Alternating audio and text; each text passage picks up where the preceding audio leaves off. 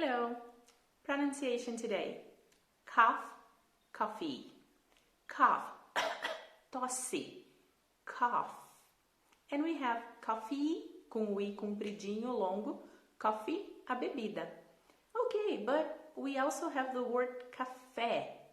Café is a place. So you go to a café because you want to drink coffee. Okay, so café, café, lugar onde se bebe café. And coffee, the drink. And the pronunciation for tosse is cough, cough. A pronúncia curta, cough.